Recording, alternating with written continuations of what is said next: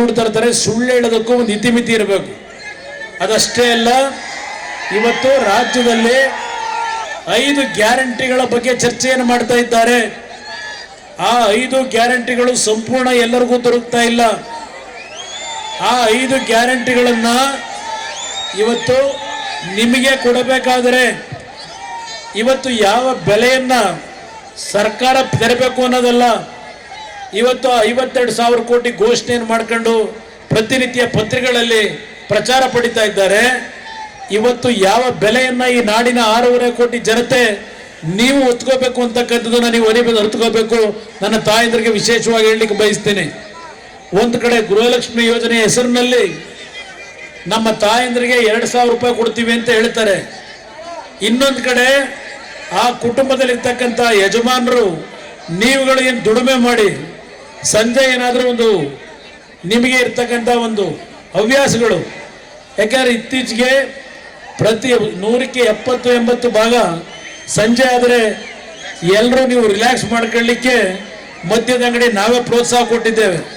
ನಾವೇ ಪ್ರತಿ ವರ್ಷ ಹೆಚ್ಚಿನ ರೀತಿಯಲ್ಲಿ ತೆರೀತಾ ಇದ್ದೇವೆ. 25 ರೂಪಾಯಿಗೆ ದೊರಕ್ತಾ ಇದ್ದಂಥ ಮದ್ಯದ ಬಾಟ್ಲು ಇವತ್ತು ಎಷ್ಟು ರೂಪಾಯಿ ಆಗಿದೆ? 250-300 ರೂಪಾಯಿಗೆ ಹೋಗಿದೆ. ನಿಮಗೆ ಹೆಣ್ಣು ಮಕ್ಕಳಿಗೆ 2,000 ಕೊಡೋದು, ನಿಮ್ಮ ಕುಟುಂಬದ ಯಜಮಾನರು ದುಡಿಮೆ ಮಾಡ್ತಕ್ಕಂಥದ್ರಲ್ಲಿ 5,000ರಿಂದ 6,000 ರೂಪಾಯಿನ ನಿಮ್ಮ ಜೋಬಿಂದ ಕಿತ್ಕೊಳ್ಳೋದು. ಇದು ಪಿಕ್ ಪ್ಯಾಕೆಟ್ ಸರ್ಕಾರ ಅನ್ನೋದನ್ನ ಮರಿಬೇಡಿ. ಈ ರಾಜ್ಯದ ಜನತೆಯ ಪಿಕ್ ಪ್ಯಾಕೆಟ್ ಮಾಡ್ತಾ ಇರತಕ್ಕಂಥ ಸರ್ಕಾರ.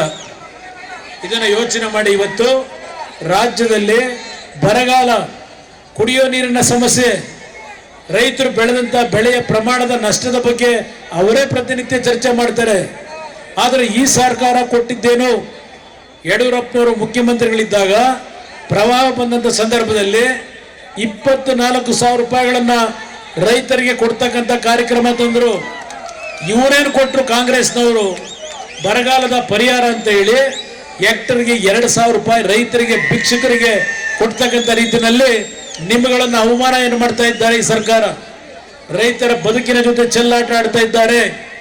ಅದಷ್ಟೇ ಅಲ್ಲ, ನಮ್ಮ ಕಾಲದಲ್ಲಿ ನಾವು ಯಡಿಯೂರಪ್ಪನವರು ಇದ್ದಾಗ ಒಂದು ರೈತರು ಬೋರ್ವೆಲ್ ಕೊರೆದು ಒಂದು TC ಹಾಕಿಸ್ಬೇಕು ಅಂದ್ರೆ 5,000 ರೂಪಾಯಿಗೆ ನಿಮಗೆ ಹಾಕೊಡ್ತಾ ಇದ್ವು. ನಾವು ಯಡಿಯೂರಪ್ಪನವರು ಒಂದು ಮೈತ್ರಿ ಸರ್ಕಾರ ನಡೆಸಬೇಕಾದ್ರೆ ಇವತ್ತು TC ಹಾಕಿಸ್ಕೊಳ್ಳೋದಕ್ಕೆ ಎಷ್ಟು ಕೊಡಬೇಕು ನಮ್ಮ ರೈತರು? 2 ಲಕ್ಷ, 2.5 ಲಕ್ಷ ರೂಪಾಯಿ ನನ್ನ ರೈತರು ಕೊಡ್ಲಿಕ್ಕೆ ಸಾಧ್ಯವ? ಇವತ್ತು ಇದು ಸರ್ಕಾರವ? ಇದು ಈ ಸರ್ಕಾರಕ್ಕೆ ನೀವು ಬೆಂಬಲ ಕೊಡ್ತೀರಾ? ಇಂಥ ಒಂದು ಕೆಟ್ಟ ಸರ್ಕಾರಕ್ಕೆ. ಅದಷ್ಟೇ ಅಲ್ಲ, ಇವತ್ತು ನೀವೇನಾದರೂ ಸಬ್ ರಿಜಿಸ್ಟ್ರಾರ್ ಕಚೇರಿಗೆ ಹೋಗಿ ಪೇಪರ್ ರಿಜಿಸ್ಟರ್ ಮಾಡಿಸ್ಕೋಬೇಕು ಅಂದರೆ ಎಷ್ಟು ಏರಿಕೆ ಮಾಡಿದ್ದಾರೆ ಹಣ, ಇದೆಲ್ಲ ನಿಮ್ಮ ಮೇಲೆ. ಅದಕ್ಕೆ ಹೇಳಿದ್ದು ಈ ಸರ್ಕಾರ ಪಿಕ್ ಪ್ಯಾಕೆಟ್ ಸರ್ಕಾರ ಅಂತ ಹೇಳಿ.